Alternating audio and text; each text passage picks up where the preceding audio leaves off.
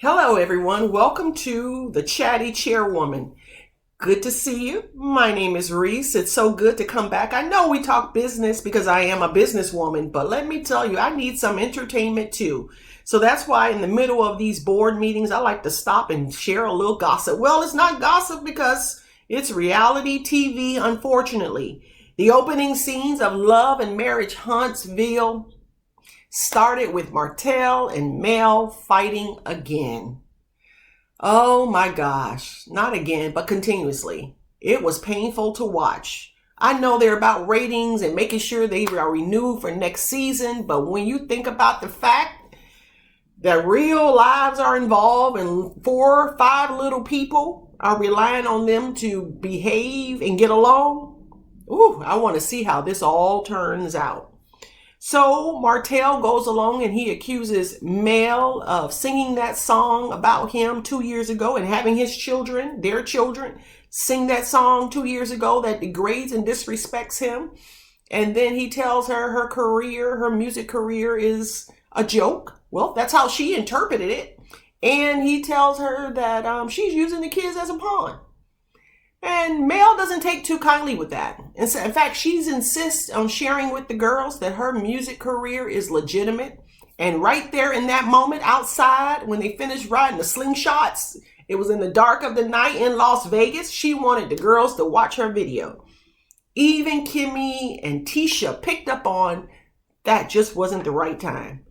Oh my gosh, I don't understand. I don't know how this is going to play out, but me sitting at home watching it, it was painful to watch. You know, you're thinking about all the things you need to do and, you know, the weekend is almost over and you got all of these projects you want to do and, you know, how can you grow your business and you need a little drama in your life. So you stop and you watch Love and Marriage Huntsville and you say to yourself, woo, is this worth it? Oh my gosh, how is this going to play out? The thing about it is, the boys get together and they are at the site and they're talking about all the things they've learned in marriage. I mean, this was really a serious episode for them to be in Las Vegas, Sin City. And they're talking about all the things they've learned. And then Marsu shares that when he first met Tisha, she had so much confidence. Her shoulders were back. And you know how you walk into a boardroom. Her shoulders were back. She was confident. She was ready. And now in the last year, her confidence has kind of sunk. Well, what does he expect? She's probably tired. And she got a lot more work. She's out of the house. She just finished school, running businesses. And someone said, well, maybe it's because you didn't allow her to fly early on in the marriage. And now you've given her the go-ahead to go ahead and pursue her dreams. Yikes, that was something. But that was truth. And we all know the more you take on, the more exhausted you get. And that's my little puppy in the background. You're going to have to excuse that. I tried to put him away, but sometimes that's just what happens. And he went into all of the details about where they are in their marriage right now. And I don't know what the messaging for the production is to make sure that people think that or know that Tisha and Marsu are having problems. Gosh, I hope they're not the second couple to get divorced on this show. Woo, I want to see who makes it, right? When this is all over. So he goes on to talks about her confidence and boy, he tells it all and maybe a little too much. I know when men talk, they share. Sometimes they overshare, but they don't really analyze and get the emotional side. They're just talking the facts from their perspective. So anyway, they continue to talk and then Martell shares his part and he just says that it's tough. He doesn't know what the steps are. Kind of think a little bit that Martell wants them to get back together. Put it in the comments section if you think that's the case, because that's the case that I see. He wants them to get back together. He's not sure if that can happen, and I'm not sure if that can happen, because if you have a child in an outside affair, that's a major hurdle to overcome as a wife and a mother and as a human being. So I don't know, Martell, it doesn't look very good for you. So I think you need to figure out what your life is going to look like without Mel. So they go ahead and they continue to go back and forth. And then they come into the house and then they're doing all of these other things. And Martell goes inside to figure out what Mel is doing because she's hiding out in the room while everybody's in the pool. And he presents himself as genuine, but she sees right through it. I guess she knows him best, right? And they get into an argument again. And he decides that it is his time to expose her relationships with two different men, and they were engaged to be married. Wow. Really below the belt. And you can tell by the other people sitting around that they did not like how this was turning out. So you know Martell is really out to destroy her reputation. And it's kind of hard because when you're in the middle of something like that, it's kind of hard to not express what's on your mind, but you should. And it was not pretty. It was not pretty. And there wasn't really a comeback for Mel when he was really exposing her for what he said she has done in the marriage. But let me tell you, my biggest disappointment continues to be with Tiffany, who wants to renew her contract for season number 2 for her next season because she and Lewis, they are so boring. Woo! I mean, the styles, they can't dress. When you see them on camera, you're not interested. They're not interesting. You look at them, you're like, okay, they don't have no style. They're very boring and basic. But boy, are they messy. So Tiffany knows her assignment, and she creates the Wild with the Whitlows segment where people are drinking and must tell the truth. So what blew me out of my chair, and I'm sure you guys would agree, when Maurice said, oh my God, he slept with 6 people in the same night. What I like about Maurice and Kimmy is clearly Kimmy was not surprised. Clearly they have talked about this before. This has been on their marriage agenda. They have talked about all of their exploration and exploits in their younger age. And Kimmy was not surprised that he had slept with 6 people. I almost fell out of my chair.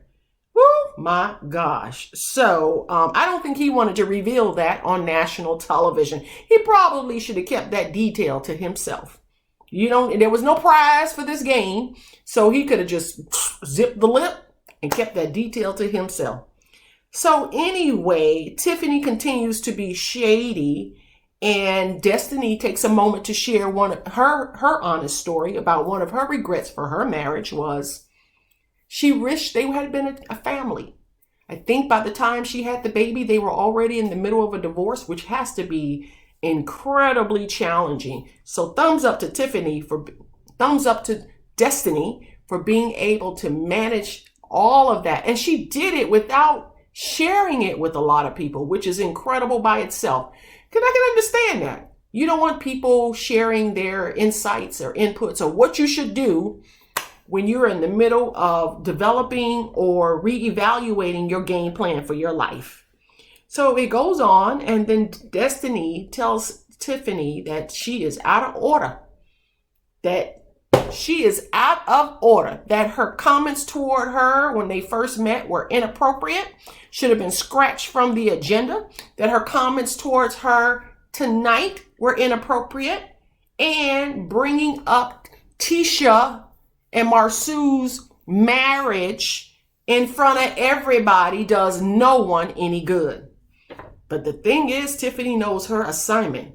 And the way she tried to package it and bring it as a best-selling item, a thing that the corporation should accept, was really even more shady. There's always somebody at the office that you have to certainly check, monitor everything you tell them, and know that whatever they tell you, nothing is good behind it. They have no good intentions. So Tiffany asked Tisha during this girls' chat, are you guys staying together for the marriage?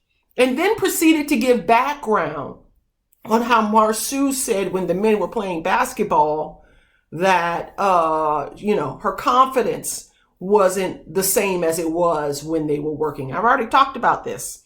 But to bring it to the lady in front of a group is very shady. But Tiffany earning her keep. Like I tell you, she boring. Her style needs some work. She need a little stylist. Maybe that's next season. I see her and Lewis are trying to match when they're on screen. Still boring. But honey, she gonna deliver the shade. She's going to deliver the shade because she's like, oh, I like this job and I plan on being back next season. So she said, hey, are you together for the marriage or are you guys still love each other? So Tisha didn't take too kindly to it. And Tiffany went on to say that she was sharing it with her because that's what Marceau had shared with the boys.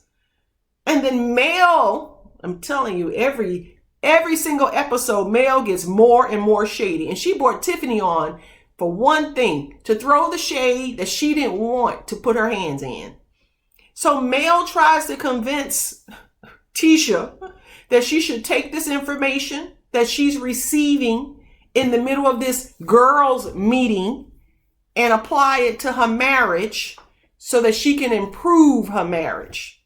The shadiness of it all is incredible. But boy, let me tell you how disappointing it is to watch Mel.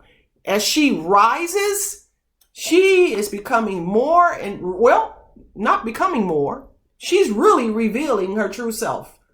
Come on, Mel. You cannot justify Tiffany airing Tisha's dirty laundry in the middle of the girls' meeting. Come on. There's no way. Even though you don't mind yelling and cursing and challenging Martell and telling all his business in front of the group, other people don't want to be in that same predicament. They rather have a huddle after the discussion. But Mel justified it. And thumbs up to Destiny. Why? Because Destiny called her on it. And Kimmy finally stood up to Miss Tiffany and told her, bad call, not the time. There's no benefit in it. So we will just have to see what happens on the next episode of Love and Marriage Huntsville. I need them to add a little bit of fun. I need them to add a little bit of laughter.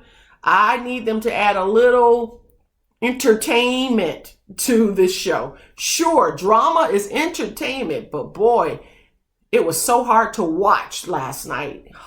It was so hard to watch. I'm still a fan. I still will be here to discuss all of the tids and tats and movements of the show. I thank you for stopping by and let me know, do you think Tisha was wrong when she brought Kiwa up and said that Maurice left the marriage too soon? He didn't even try.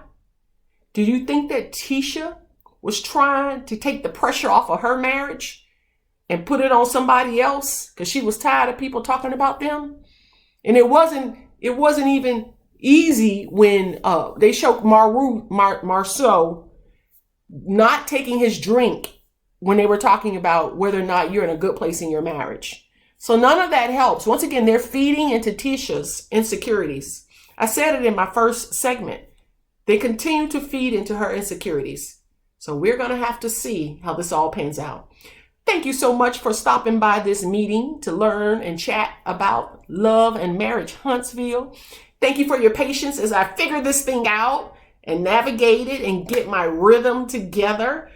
I am a businesswoman, but let me tell you, I love the drama. I appreciate OWN and all that they bring into our entertainment atmosphere. So thank you so much.